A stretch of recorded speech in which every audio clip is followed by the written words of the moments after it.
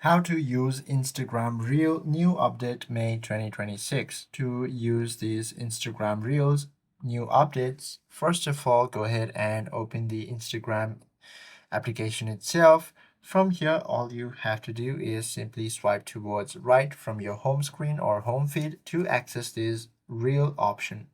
Now from here, you can set a lot of options.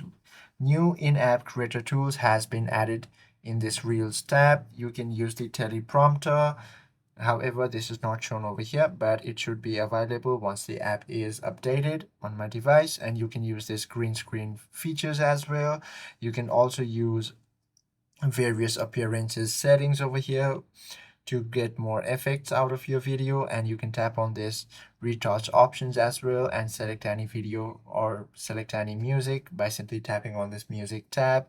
And once you're done recording, all you have to do is simply tap this next to post it. And even in these posting options, you can find a lot of options like trial reel, and also you can set more prompts over here by simply typing prompts. You can also start a conversation, and these are a few of the features that you can now use from the Instagram Reel itself. I hope this video helps you out a lot. If you have any questions or queries, please do comment down below.